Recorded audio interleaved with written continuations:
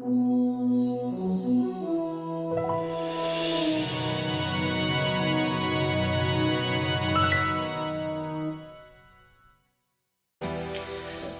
lecture is based on Chapter 4, taken from the textbook, It's All About Nutrition, Saving the Health of Americans. So this chapter is about vitamin and mineral deficiencies, and it's the second part of a two-part lecture. I want to complete the discussion on the fat-soluble vitamins with this very last fat-soluble vitamin, vitamin K. It's important because it promotes the coagulation of the blood. Now, when people take blood thinners, they should be taking less vitamin K. And that's because blood thinners want to ensure the fluidity of the blood, and vitamin K, of course, wants to be able to coagulate that blood. So, very important then for people using blood thinners, keep away from vitamin K. Now, there are two main dietary sources of vitamin K. First, the green leafy vegetables, and second, vegetable oils. And third, a non-dietary source, which are the gut bacteria. Now, I want to expand on what I mean by green leafy vegetables. I mean really very nutritious green leafy vegetables like spinach, kale, broccoli, and dark green lettuces. Vegetable oils are vegetable oils, so any type or most type of vegetable oils, corn oil, soybean oil, for example, are all really good sources of vitamin K. Some fruits like blueberries and figs, and of course some meats like cheese, eggs, and soybeans have some amount of vitamin K. Now, vitamin K deficiency is pretty hard to come by, but there is a scenario that basically describes what we call a perfect storm that allows vitamin K deficiency to basically occur in an individual. So let me give you the specifics of a perfect storm. Low vegetable intake. We know this is a problem at the population level because roughly 70% of Americans actually don't consume enough really good quality vegetables. Then there's the chronic intake of broad spectrum antibiotics. And what these antibiotics do is they kill not only the bad bacteria that are making you sick, but also the good bacteria that are populating the microbiome, if you will, of your GI tract. So you get rid of that and you get rid of the bacteria that produce vitamin K in your gut. Then you've got low oil intake, which is very common in American society because of the low-fat mentality that we follow, especially among women who try to follow calorie-restrictive diets for weight loss. And these three combinations make up a perfect storm that could bring to prominence a vitamin K. Now I want to start looking at mineral deficiencies, micromineral deficiencies. Let's start with a very interesting one, fluoride deficiency. Well, let's begin this discussion by looking at the CDC 2001 report claiming that fluoride can prevent and control dental caries in the United States. So here are a set of 4 findings that help you sort of think through the process of fluoridation of our water supply and whether or not it's an appropriate strategy. Finding number 1. Well, approximately 60% of children 5 to 11 are currently free of dental caries. That's a dramatic improvement compared to finding 2. The records there state that in the 1950s, only 5% of children 5 to 11 were free of caries. Well, that almost supposes that maybe the fluoridation of water is a good thing. But we've got finding 3. Globally, during 1980 and 1990, dental caries were declining even in countries without fluoridated water. So there may have been something taking place that were favoring a decrease in dental caries, but not directly tied to fluoridation. So finding 3 acts as an excellent control. What do we know about finding 4? Well, globally since 2000 and 2008, dental caries were on the rise despite an increased practice of water fluoridation. Well, let's take a closer look at why dental caries were on the decline. Was it really the fluoridation of the water? Well, interesting question. Was it the fluoride in the toothpaste? Was it fluoride treatments that you get at the dentist? Or was it the increased use of fluoride supplements? preventing tooth decay may not actually come from fluoridated water.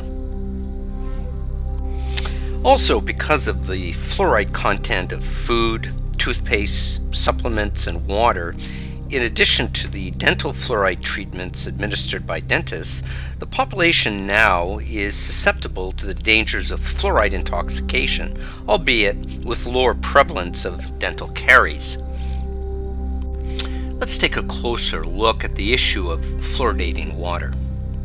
Now, unlike previous public health measures such as fortifying milk with vitamin D or cereals, wheat, and grains with folic acid, it's questionable whether fluoride in water is really an efficient distribution medium.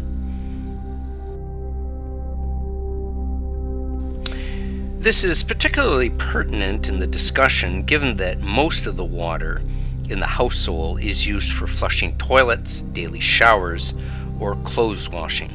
Moreover, it's doubtful that fluoride can be considered an essential nutrient since there's no documented evidence of deficiencies that arise from poor fluoride intake except for a higher propensity to develop caries. But this does not occur in everyone with low fluoride intake.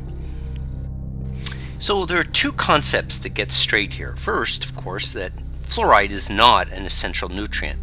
There's no known nutrient deficiency disease associated with fluoride. And fluoride is actually used in poisons, used in rat poison, insecticides, and rodenticides. The next thing to consider is the toxicity of fluoride. Dr. Phyllis Mullenix published a paper on the toxic effects of fluoride on the neurological system in rats in 1995.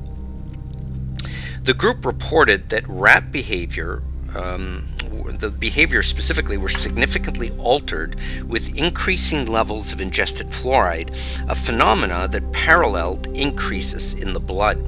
Another study published by Das and colleagues in the Journal of Clinical Gastroenterology in 1994 reported that 70% of those human subjects treated with 30 micrograms of fluoride per day for a period of 1 year experienced abdominal pain, vomiting, and nausea. Now, it was noteworthy here that the 30 micrograms of fluoride that were given per day were actually 3 times under the UL, or the tolerable upper level concentration, above which toxicity is recorded.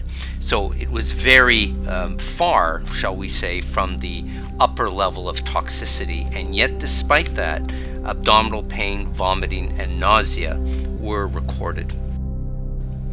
Now, research conducted in 4 areas within Wuhan counties in China showed that those communities with fluoride levels of 2 milligrams per liter in the drinking water had liver and kidney disturbances reported in children. The concentrations that were half the recognized as safe level by the EPA. The link to fluoride was powerfully demonstrated in this study because water fluoride concentrations coincided with higher serum and urinary fluoride. Among the 210 children ages 10 to 12 that were studied, 94% were living in regions with fluoride concentrations in the drinking water that varied between 3.1 and 5.69 milligrams per liter. These children suffered from fluorosis of the teeth, and most of them had blood markers indicating liver and kidney damage. A news release dated March 22, 2006, from the American Water Works Association in Denver, Colorado, reassured the American public that typically fluoride concentrations in community water supplies varied between 0.7 and 1.2 milligrams per liter. This press release came on the heels of an announcement by the National Research Council of the National Academy of Science, also on March 26, 2006.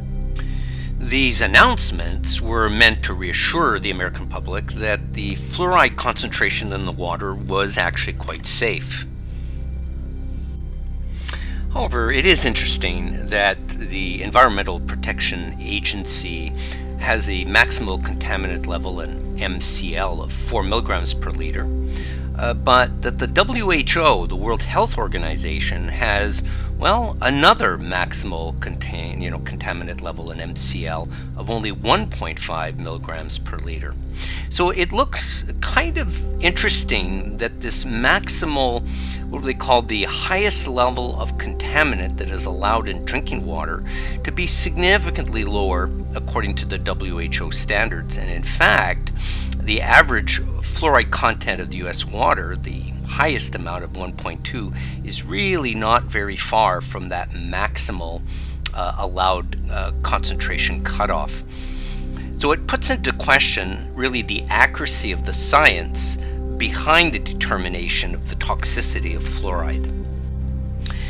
Now, the issue of toxicity takes on another dimension when we talk about infants, because the infants are of lower body weight. So here are some instances of higher risk. When a child is fed powdered infant formulas that are reconstituted with tap water that have fluoride, that's pretty high risk. By contrast, breastfeeding is preferred for really up to about a year. The reality, though, is that only 22% of moms breastfeed to about 1 year. And formula feeding still is the most prominent form of infant feeding in the United States. Now, the story of fluoride toxicity is not as well thought out as one would think. Experts now admit that when testing fluoride tolerance in human populations, that they never thought about testing or measuring kidney and liver damage. It wasn't on their radar. And yet these are the kinds of outcomes that were measured notably in China.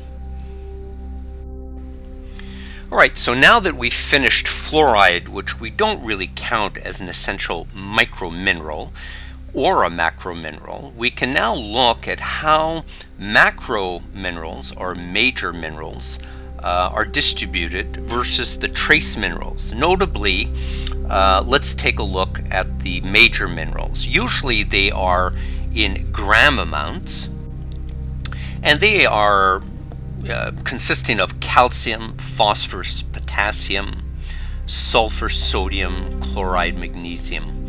We're going to focus on calcium, phosphorus, sodium, and magnesium. And then we have the microminerals or the trace minerals, and these are the ones that are usually required in milligrams or even microgram amounts. They consist in iron and zinc and copper and iodine are the ones basically that we're going to focus on. But in addition, there's manganese and selenium as well. It's interesting to look at these macrominerals sometimes in terms of their function. So if we group calcium, magnesium, and phosphorus together, we know that they're strongly involved in bone formation. And we also know that when calcium, magnesium, and phosphorus are abundant in the diet, there are lower incidences of cancer, notably colon, rectal, and prostate. Hypertension is lower, kidney disease is lower, and we know that the incidences of obesity is also lower in groups of individuals that have a really good content of these minerals in their diet. Now, calcium intake tends to be deficient in the diet whenever there's a lot of soda pop being consumed.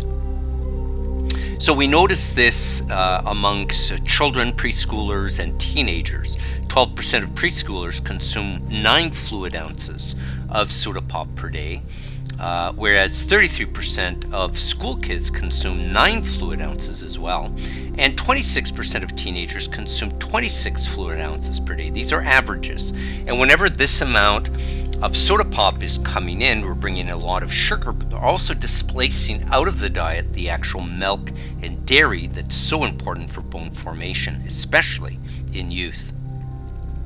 We also find postmenopausal women suffering from low calcium intakes, and we also know that individuals with lactose intolerance or milk allergies will of course avoid milk and dairy overall, which brings their calcium intakes very low.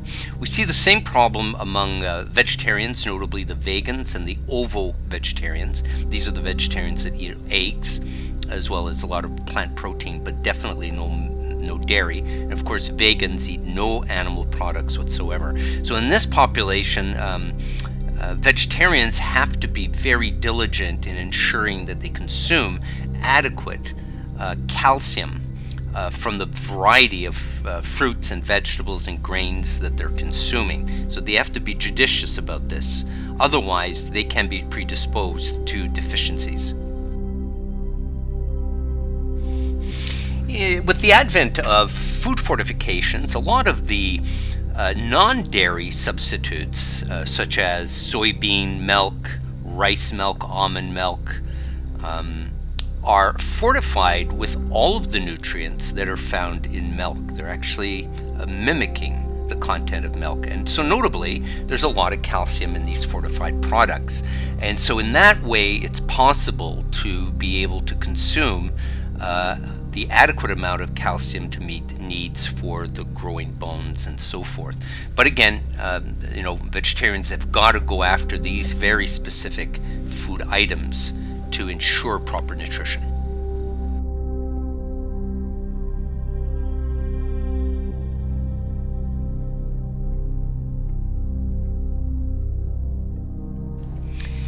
This graph illustrates the normal rate of bone erosion that takes place in A, who is really a healthy woman who has reached her full bone mass potential that you could see on the ordinate on the far left, lining up with age 30. And you can see also the same rate of bone demineralization occurring in woman B, who did not meet her bone density at the age of 30. So what we learned from this is that our bone density can be potentially reached by the age of 25 to 30. Most agree it's roughly around 30, and afterwards there's a slow degradation that takes place right up until menopause, as you can see in both.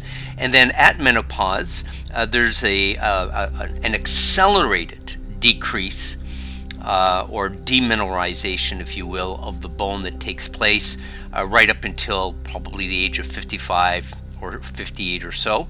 And then afterwards you can see a further decrease taking place roughly, from that period onwards, leading after age 60. And we can see what happens is that the person who did not meet their bone density potential when they were young, woman B, enters the danger zone just under 60 years of age, whereas the woman who really potentiated her bone density by eating well, a lot of calcium and so forth, is well above the danger zone by the age of 58. And we can see woman B entering the osteoporotic zone once she's over 60 years of age, and that puts her at great risk of bone fracture. Whereas the woman A, because she was so conscientious about meeting bone density at the age of 30, is really living quite a very admirable and healthy retirement age after 60 with very strong bones. So you can see that bone calcification is very much a long-term game. It's the long game that you want to invest in to make sure that you can have a good bone health when you are much older.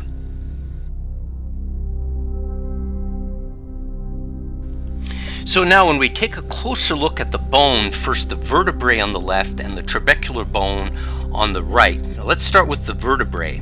We can see at the top vertebrae is very, very dense. The one in the middle you can see is a little less dense, and the third one below is actually showing a compression that's taking place, and this compression is occurring because there is a demineralization, if you will, a loss of calcium, a loss of matrix, and basically then a collapse of the vertebrae that takes place. And we see this with the the curving spine in the elderly woman, the graph in the middle. And when we're looking at the trabecular bone, we see something similar there as well. We can see the osteoporosis image onto the right next to the trabecular bone, and we can see how there's a lot of openings, a lot of space that's in there, whereas in the normal bone there's quite a bit of density that's taking place. And this is what puts the elderly at risk of an easy bone fracture, because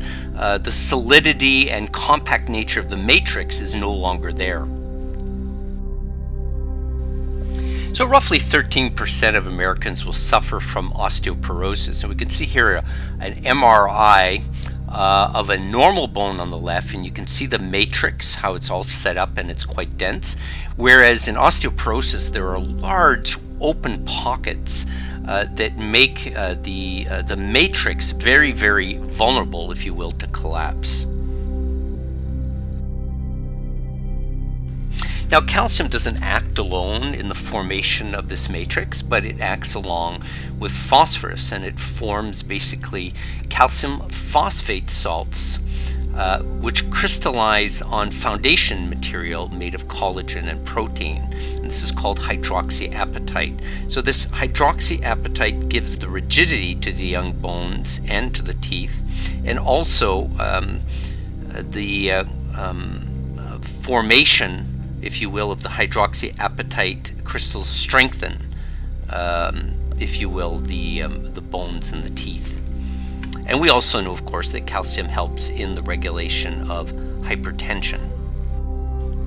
So phosphorus is so prominent, of course, in bones. It makes up, 85% of it is actually located in the bone. And the foods that are rich in phosphorus tend to also be rich in protein, notably milk and meat and eggs. The milk is actually considered one of these perfect foods because it contains both the calcium and the phosphorus, forming an ideal ratio. This ideal calcium to phosphorus ratio is considered to be 1. And it's ideal for the proper calcification. Processed foods also are high in phosphorus, not terribly high, but given the abundant amount of processed food and soft drinks that we eat, we tend to bring in quite a bit of phosphorus, but no calcium. Right? Processed meats, the same thing, a lot of phosphorus. So when we overconsume processed foods, processed meats in particular, and soft drinks, because they themselves don't contain a lot of calcium, like milk, then we end up consuming more phosphorus than calcium, and we break that ratio of calcium to phosphorus, which is ideal for bone formation, right? And some have argued that when that imbalance takes place and is quite exaggerated and quite chronic, that there's a lot of decalcification of the bone that takes place because of that preponderance of phosphorus, or in other words, more phosphorus than there is calcium. Here's a quick visual on the foods that are really high in phosphorus. Notably here, we get a reasonable quantity from the vegetables and so forth, but we can see the quantity go up for milk and yogurt and cheese. But we can also see it for seeds, and we see it also for meats, and particularly we see it also in liver. So you could argue that whenever a diet is very prominent in meat, and also I would say in processed foods and processed meats and so forth, that the phosphorus level gets exaggeratedly high. Add into that, of course, like I mentioned, the soda, and you get a really a distortion in that calcium to phosphorus ratio. So, in summary, this is what we know about phosphorus. It's involved in bone and teeth formation, and there's an ideal ratio to look for, the 1-to-1 ratio with calcium, and that ratio, if it's maintained, the 1-to-1, it minimizes calcium losses from the bone. There is some concern about phosphorus levels that are too low, and this happens when the calcium, somebody takes calcium supplements. Of course, there's no phosphorus in calcium, so you end up with a large calcium to phosphorus ratio. Equally, when there's a lot of phosphorus that's coming in and there's an excessive drop in calcium. So where do we see that? We see that when we're eating a lot of processed meat, a lot of soda, and there's a significant drop in the calcium intake from dairy. Right, and this is where the newer research is saying that there's not that much of a concern if there's excessive phosphorus, but still a good calcium intake.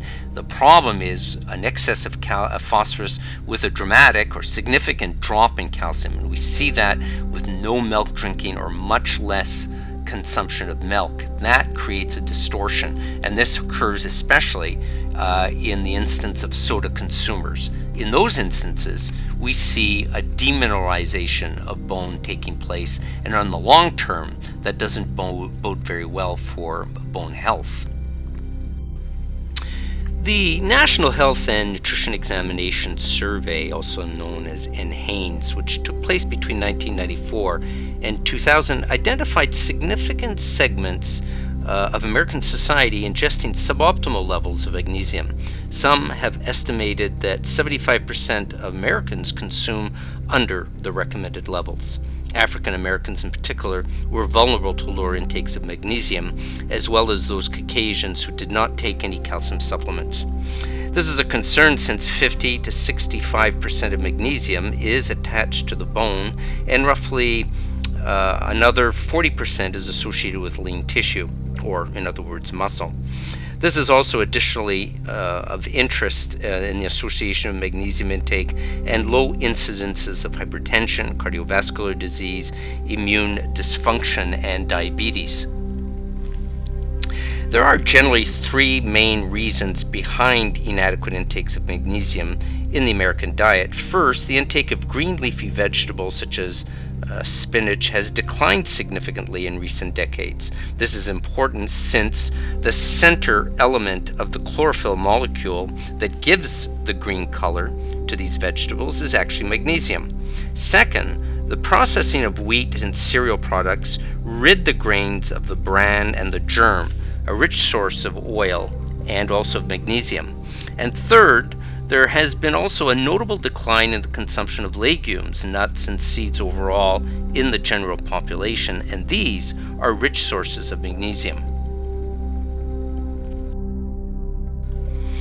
On this food graph, you could see that the breads and cereals at the top have relatively small amounts of magnesium, and we can see that also as we move downwards and get closer to the pinto beans and then even further down to the halibut, the cashews, and so forth, we see the concentrations rising up. Halibut notably is very high, but note the legumes as well, notably the pinto beans.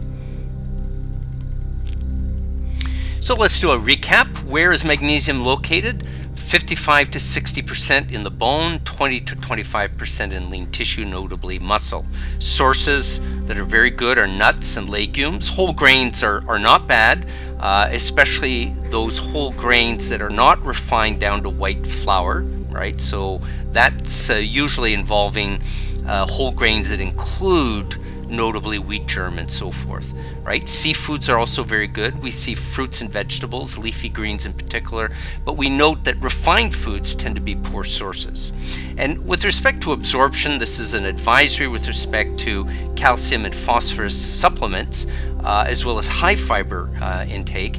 These can interfere with magnesium absorption. So in a practical way, magnesium's main function is identified really in bone mineralization, the maintenance of teeth, and also in muscle contractions. And we can also say that although outright deficiencies of this mineral are not frequently documented in the general population, deficiencies do occur among those who suffer from diarrhea, from vomiting, and from gastrointestinal diseases, that compromise absorption, like Crohn's disease. Iodine is a micromineral of great significance and very highly regarded by the World Health Organization. Iodine is held in high regard by the WHO because it's the second most common nutrient deficiency in the world. In fact, the WHO considers iodine deficiency as the most preventable cause of mental retardation in the world. Approximately 47 countries, or 2.2 billion people worldwide, are afflicted with iodine deficiencies of various degrees. It's a problem of such importance that the WHO has prioritized the eradication of this specific deficiency. The values you see here on the screen of 1.6 billion is actually coming from 2000 data. The 2.2 billion that I just cited you comes from 2008 data.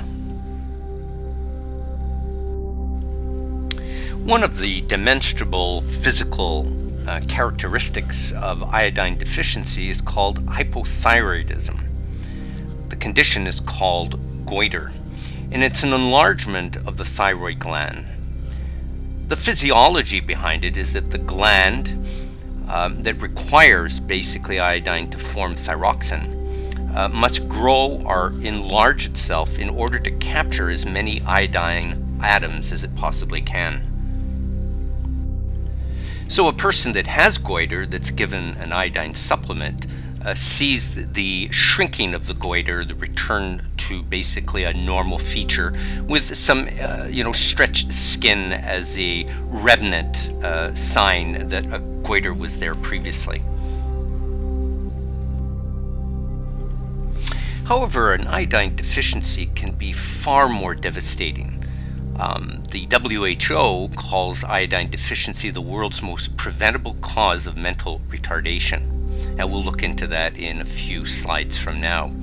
The main causes of deficiency, well, the presence of thiocyanate overload, which inhibits iodine absorption.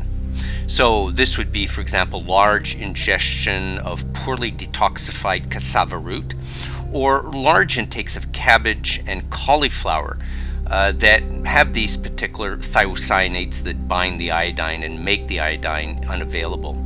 Selenium deficiency can also lead to iodine deficiency, and immunological disorders leading to suboptimal thyroid function, for instance, and of course lower dietary intakes from plants grown from soil which has poor iodine content in it. Soils along coastal areas tend to be richest in iodine. It's the proximity of the sea. The soils that are inland, such as the Midwest, for example, and in mountainous areas, tend to be more impoverished in iodine. And the theory is that the movement of the ices, of the glaciers, so to speak, during the Ice Age would have impoverished the soil, removed from the soil the iodine. That's in ways the prevailing theory. So consequently, areas like Minnesota would have had back in the 1920s, a goiter belt, or in other words, a geographic area of high concentrations of goiter, but also endemic cretinism. So we'll take a look at that in just a minute. So far we've seen that deficiencies can be expressed as endemic goiter, suboptimal dietary intake of iodine, or an excessive intake of thiocyanates, which are also called goitrogens. So in adults, we see an enlarged thyroid gland, or the leading to goiter. And in children, we can have goiter plus a reversible poor mental function resulting in that affects children more specifically because of their growth pattern. But we also, as I introduced in the previous slide, we also have endemic cretinism. This is suboptimal thyroid function or hypothyroidism during pregnancy. So let's take a look at this issue. First, we have the hypothyroid cretinism, and we have neurological cretinism. So let's make a distinction here. Hypothyroid cretinism is caused by the postnatal hypothyroidism due to an iodine deficiency or a late in utero deficiency. In other words, the iodine deficiency occurs, in other words, late in the pregnancy. And what we have here is severe growth retardation. We have a mild mental retardation, incomplete maturation, and sort of puffy features. The neurological cretinism is caused by in utero hypothyroidism in the early gestation period, causing basically an iodine deficiency during pregnancy. Here we see symptoms of severe malnutrition, death, mutism, and we also see motor spasticity taking place as well. So obviously, when the iodine deficiency occurs during the pregnancy, we're talking here of a neurological cretinism, and where it's right near the end of pregnancy or right in the postnatal period, we call that hypothyroid cretinism. So in summary, this is what an iodine deficiency during pregnancy or in the late phase of pregnancy can actually translate into: a mild mental retardation or cretinism. And cretinism is severe brain damage, deafness, and dwarfism. These are the three characteristics. In addition, stillbirths and infant deaths arise from this iodine deficiency as well. This slide will give you a physical representation of what hypothyroid cretinism looks like. Notice here the stunted growth, poor maturation, in addition to the puffy features. Note as well that neurological cretinism would also have similar features, but in addition, there would be a deafness and a very severe mental retardation. Now, data published by the WHO in around the year 2000 provided us with a clear understanding of the prevalence of the problem of iodine deficiency, which of course the WHO has identified as one of the top 3 micronutrient deficiencies in the world. So what we have on the outset, right at the base of the pyramid, are the 1.6 billion people who are at risk of mental impairment due to an iodine deficiency. Then we have about 655 million susceptible, with goiter, basically. Then we have 26 million with brain damage, and then about 6 million people every year affected with cretinism. Now, the textbook provides you with more update information regarding this. Approximately 47 countries, or about 2.2 billion people worldwide, are currently afflicted with iodine deficiency, and this is data that's coming out since approximately 2013. Goiter stems back to ancient Greece, where manuscripts confirm the medical use of iodine-rich seaweed to treat the problem. But it wasn't until 1821 when French nutritional chemist Jean-Baptiste Boussignon discovered that iodized salt could be used to treat goiter, although the idea of using iodine to prevent the disease completely escaped him. The idea, of course, was not prevention at that time, but really the treatment-oriented type of medicine. Some 30 years later, in 1850, another French scientist, A. Chatin, proposed that it was specifically iodine deficiency that was responsible for the goiters. This idea held some merit, given that a Swiss physician named J.F. Coindet had already treated goiter patients with iodine therapy. But despite this, the French Academy of Science rejected the notion of a deficiency and essentially squashed the whole idea of using iodine therapy for another 50 years.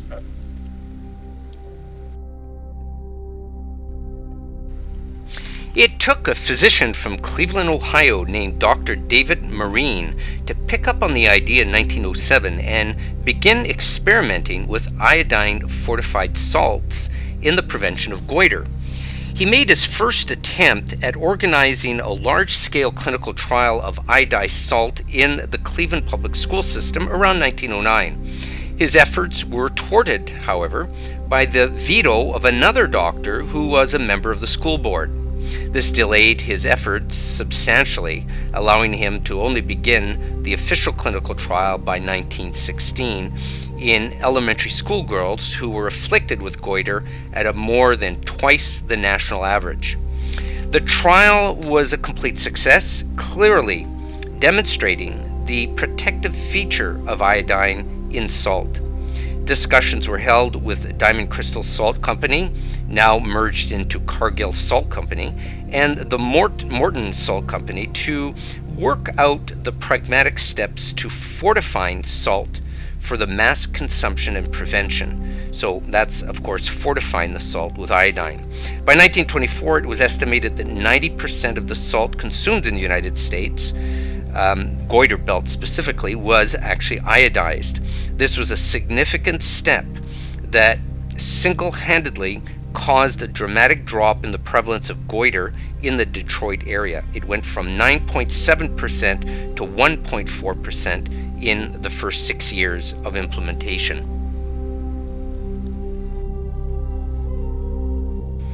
So the idea of iodizing salt, of course, was to eradicate iodine deficiency worldwide. Universal use of iodized salt became sort of a template eventually, as well as the distribution of iodized oil to reproductive women. So if you look a little bit at the history, iodized salt was first really introduced in Switzerland and in the United States in the 20s, when it was shown to be a successful measure. New Zealand followed in 1941, but only very low levels were used in the first 20 years. Then, in the 50s and in the 60s, a number of European countries followed with, of course, the expected beneficial results.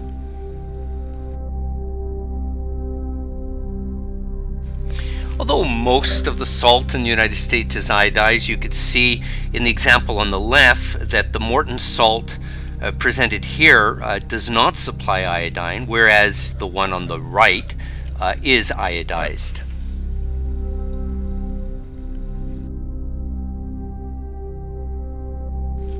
So in Canada and in the United States, as well as various parts of Europe, used iodized salt as a means of ensuring adequate intake of iodine in the population to prevent, of course, goiter and endemic cretinism. This has been a successful public health effort, especially in the inland areas, the Midwest, where the soil is impoverished in iodine, and this is a way to overcome the problem. You can see, however, with these two examples, that not all salt is iodized. The salt on the left, the Morton salt, is not iodized, whereas Morton has another version clearly indicated in yellow that it is iodized. So consumers have to be aware of the existence of these two types of salt, and of course preferably selecting the iodized salt for their regular consumption. Zinc is another micronutrient of great significance in the field of nutrition, as it's related to maturation and growth. Let's take a look. Well, zinc is found to be very important for the overall health of people. It's found in cells throughout the body, helps in the immune system, helps fight off invading bacteria and viruses. The body also needs zinc to make protein and DNA, the very genetic material necessary for cells. During pregnancy, infancy, childhood, the body needs zinc to grow properly and develop properly. Zinc also helps wounds heal, and it's also important in the proper sense of taste and smell development. It's recommended that men eat about 11 milligrams per day of zinc, while women, the requirements are a little lower at 8 milligrams. However, during pregnancy, women's needs go up to about 11 milligrams per day, and of course if you're breastfeeding, they're up as well, probably around 12 milligrams. Now, dietary sources of zinc are widespread, but we found it mostly in red meat. Red meat is a particularly good source. Ample amounts can be found in all kinds of different meats like beef and lamb and pork. Shellfish like oysters, crab, mussels, and shrimp also very high in zinc, and legumes in addition are very good sources of zinc, like chickpeas and lentils and beans that of all sorts that contain zinc. Zinc also contains phytates, which have a tendency to reduce the absorption of some of that zinc. So even though it's a good source of zinc, the legumes will have that countering component, the phytates, that make it less available. Seeds and nuts like hemp, pumpkin, squash, sesame seeds, these all contain significant amounts of zinc, and they'll also be, of course, a good source of fiber. They have healthy fats and good vitamins, and so they're a good product to add to your diet. And then finally, dairy, milk, and cheese are two notable sources. They contain high amounts of bioavailable zinc, that means easily absorbable zinc. Zinc deficiencies in the United States are fairly uncommon because of the vast assortment of protein foods in the American diet. Nevertheless, there are some subgroups of populations that still remain vulnerable to zinc deficiency and thus experience poor growth, skin lesions, delayed sexual maturation, poor appetite, and wound healing. The most devastating cases are associated with gastrointestinal diseases, such as ulcerative colitis, Crohn's disease, in which inflammation and you'll also find atrophy of the intestinal mucosa occurring, and this, of course, causes malabsorption. These diseases, in many cases, can become aggressive or persistent enough that they require surgical resections. The consequence is often a short bowel syndrome resulting in diarrhea. Chronic forms of diarrhea invariably result, of course, in the loss of zinc. Other conditions like malabsorption syndrome, hepatic and renal diseases, that's liver diseases and kidney diseases, sickle cell anemia, diabetes, and malignancies of various sorts all have, as a result, sort of chronic losses of zinc. Now, there are cross-sectional studies that have reported a zinc deficiency in about 40% of children with sickle cell disease, whereas 60 to 70% of adults with sickle cell disease suffer from poor zinc status. Alcoholics are likely the next most vulnerable group in Western society. This is because ethanol disturbs the normal absorption of zinc from the gastrointestinal tract, and at the same time it increases urinary zinc excretion. Those alcoholics most vulnerable to this deficiency are those who consume a rather narrow diet with little variety and quantity of protein. And finally, the third most vulnerable group are the vegetarians, most specifically vegans, because they consume no meat, and we understand meat is a pretty good bioavailable source of zinc. The vegetarians, that is, preferably ingest proteins from wheat and grains and legumes. Now, these are actually good sources, but we have to remember that they're high in phytates, which make the zinc less bioavailable. Consequently, it's estimated that vegetarians require probably about 50% more zinc in their diet compared to non-vegetarians.